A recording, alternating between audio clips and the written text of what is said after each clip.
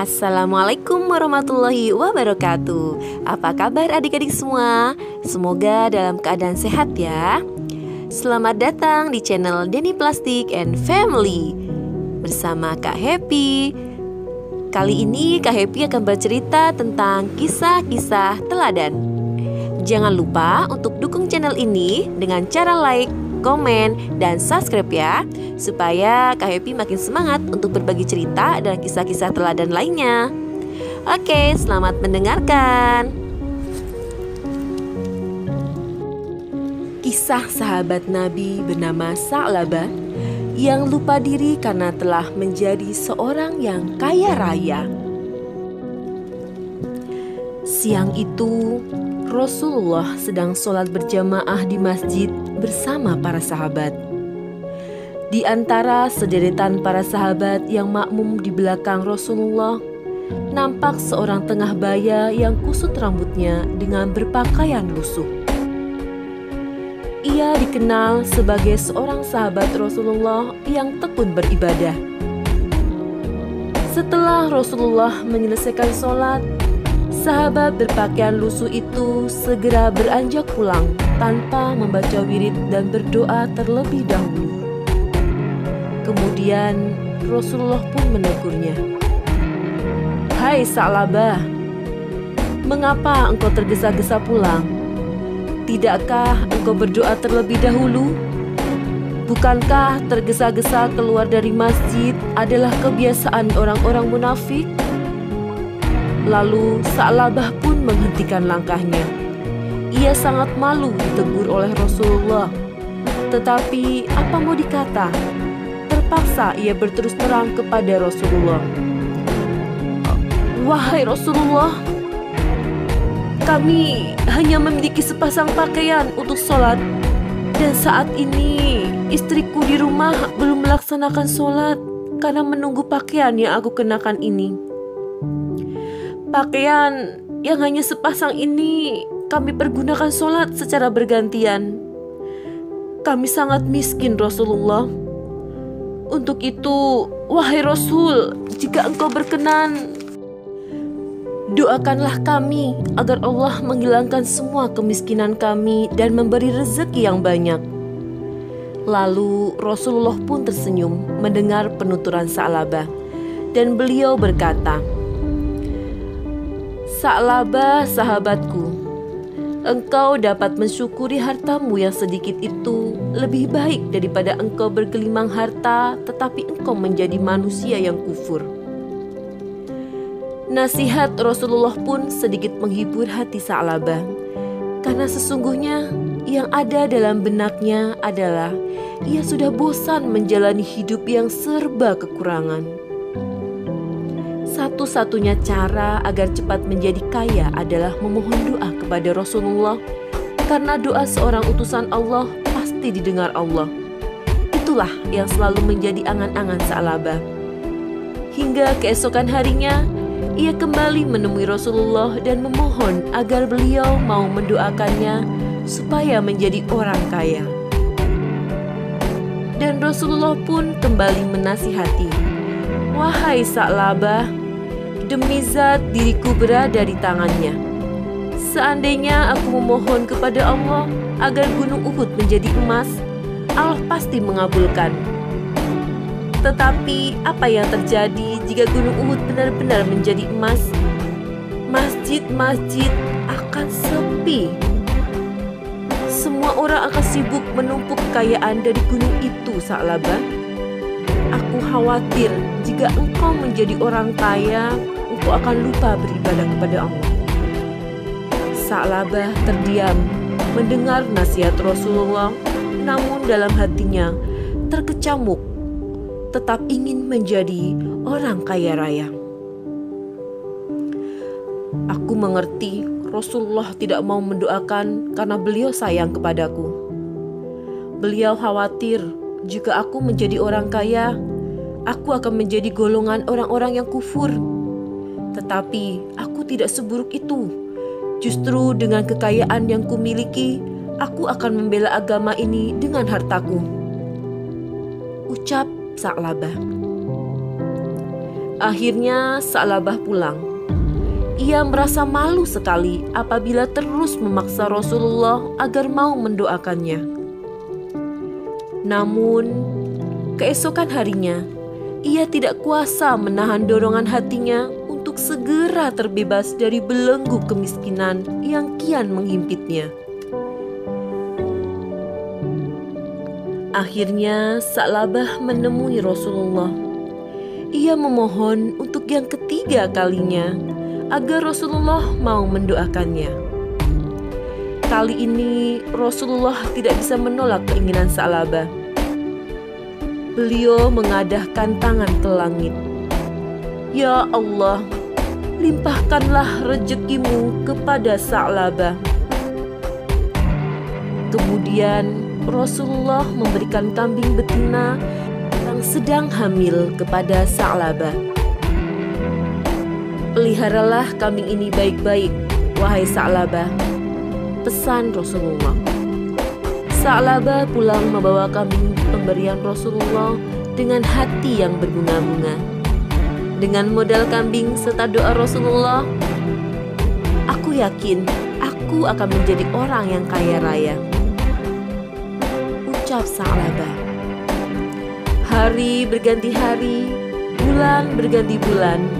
Sa'labah yang dulu miskin dan lusuh sekarang telah berubah menjadi orang kaya yang terpandang. Kambingnya berjumlah ribuan.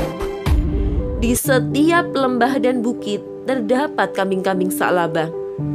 Pagi itu Sa'labah berjalan-jalan meninjau kandang-kandang kambing yang sudah tidak sesuai dengan jumlah kambing yang terus-menerus berkembang biak. Aku harus pindah dari sini, mencari lahan yang lebih luas untuk menampung kambing-kambingku, ucap Sa'labah. Akhirnya Sa'labah menemukan lahan yang luas di pinggiran Madinah. Di sana ia membangun kandang-kandang baru yang lebih besar. Namun demikian, perkembangan kambing-kambing Sa'labah bagaikan air bah yang sulit dibendung. Kandang-kandang yang baru dibangun itu pun sudah penuh sesak oleh ribuan kambing. Dengan demikian, setiap hari Sa'labah disibukkan mengurus harta kekayaannya yang semakin banyak. Ia yang dulu setiap sholat 5 waktu selalu berjamaah di masjid, sekarang hanya datang ke masjid hanya pada waktu sholat zuhur dan asar saja.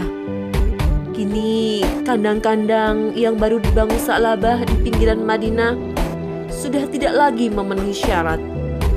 Maka ia memutuskan untuk mencari area yang lebih luas lagi. Tentu saja area yang masih sangat luas itu berada jauh di luar Madinah. Sa'labah sudah tidak memikirkan lagi bagaimana ibadahnya bila jauh dari Madinah. Kepalanya sudah dipenuhi dengan hubbud dunya, cinta dunia, hingga ia datang ke masjid hanya seminggu sekali, yaitu pada waktu sholat Jumat saja.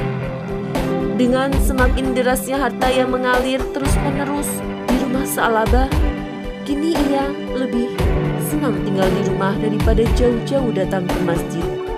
Bahkan sholat Jumat pun ia tidak datang ke masjid.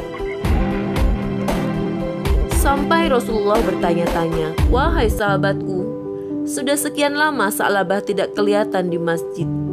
Tahukah kalian bagaimana keadaannya sekarang?" "Wahai Rasulullah, Sa'labah sudah menjadi orang kaya. Lembah-lembah di Madinah maupun di luar Madinah telah penuh sesak dengan kambing-kambing Sa'labah. Benarkah? Mengapa ia tidak pernah menyerahkan sedekahnya sedikit pun?" Setelah Allah menurunkan ayat tentang kewajiban zakat, Rasulullah mengutus 2 orang sahabat untuk menjadi amil zakat.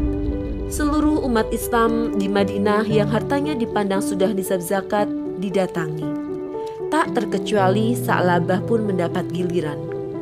Kedua utusan Rasulullah membacakan ayat zakat di hadapan Sa'labah. Kemudian setelah dihitung dari seluruh harta kekayaannya, ternyata memang banyak sekali harta Sa'labah yang harus diserahkan sebagai zakat. Tidak disangka, Muka Sa'labah berubah menjadi merah. Ia sangat berang. Apa-apaan ini? Kalian mengatakan ini zakat. Tetapi menurutku ini lebih tepat disebut upeti. Sejak kapan Rasulullah menarik upeti, ha? Aku bisa rugi. Kalian pulang saja. Aku tidak mau menyerahkan hartaku. Kedua utusan Rasulullah kembali menghadap Rasulullah dan menceritakan semua perbuatan Sa'labah. Beliau bersedih telah kehilangan seorang sahabat yang dulu tekun beribadah ketika miskin. Namun setelah kaya raya, ia telah terpengaruh dengan harta kekayaannya. Sungguh celaka Sa'labah. Celakalah kau Sa'labah, ucap Rasulullah. Kemudian Allah menurunkan ayat 75 dalam surat At-Taubah tentang ciri-ciri orang munafik. Ayat itu segera menyebar ke seluruh muslimin di Madinah. Hingga ada salah seorang kerabat Sa'labah yang datang memberitahunya. Celakalah engkau Sa'labah. Allah telah menurunkan ayat karena perbuatanmu. Sa'labah pun tertegun. Ia baru sadar bahwa nafsu angkara murka telah lama memperbudaknya. Kini ia bergegas menghadap Rasulullah dengan membawa zakat dari seluruh hartanya. Namun apa yang terjadi? Rasulullah tidak berkata apapun, kecuali hanya sepatah kata, semua ini sebab kedurhakaanmu. Allah melarangku untuk menerima zakatmu Sa'labah. Rasulullah mengambil segenggam tanah lalu ditaburkan di atas kepala Sa'labah. Inilah perumpamaan amalanmu selama ini. Sia-sia belaka. Aku telah perintahkan agar engkau menyerahkan zakat, tetapi engkau menolak. Celakalah engkau Sa'labah, celakalah. Sa'labah berjalan mulai kembali ke rumahnya. Hari-hari dalam hidupnya hanya dipenuhi dengan penyesalan yang tiada arti. Sampai suatu hari terdengar kabar Rasulullah telah wafat. Ia semakin bersedih karena taubatnya tidak diterima oleh Rasulullah hingga beliau wafat. Sa'labah mencoba mendatangi Khalifah Abu Bakar sebagai pengganti Rasulullah. Ia datang dengan membawa zakatnya. Apakah Abu Bakar menerimanya? Abu Bakar hanya berkata, Rasulullah saja tidak mau menerima zakatmu. Bagaimana mungkin aku menerima zakatmu, wahai Sa'labah? Demikian pula di zaman kekhalifahan Umar bin Khattab, Sa'labah mencoba menyerahkan zakatnya. Umar pun tidak mau menerimanya, sebagaimana Rasulullah dan Abu Bakar yang tidak mau menerima zakat dari Sa'labah. Bahkan sampai Khalifah Utsman bin Affan juga tidak mau menerima zakat Sa'labah karena Rasulullah, Abu Bakar, dan Umar tidak mau menerima zakatnya. Kehidupan yang hina dan penuh kemurkaan Allah telah menimpa seorang sahabat Rasulullah yang telah tenggelam di dalam gelimang harta hingga menyeretnya ke lembah kemunafikan. Ia telah melalaikan kewajibannya, ia telah mengingkari janji-janjinya, ia telah melecehkan kemuliaan Allah dan Rasul-Nya, sehingga membuahkan penderitaan yang kekal abadi di dalam neraka.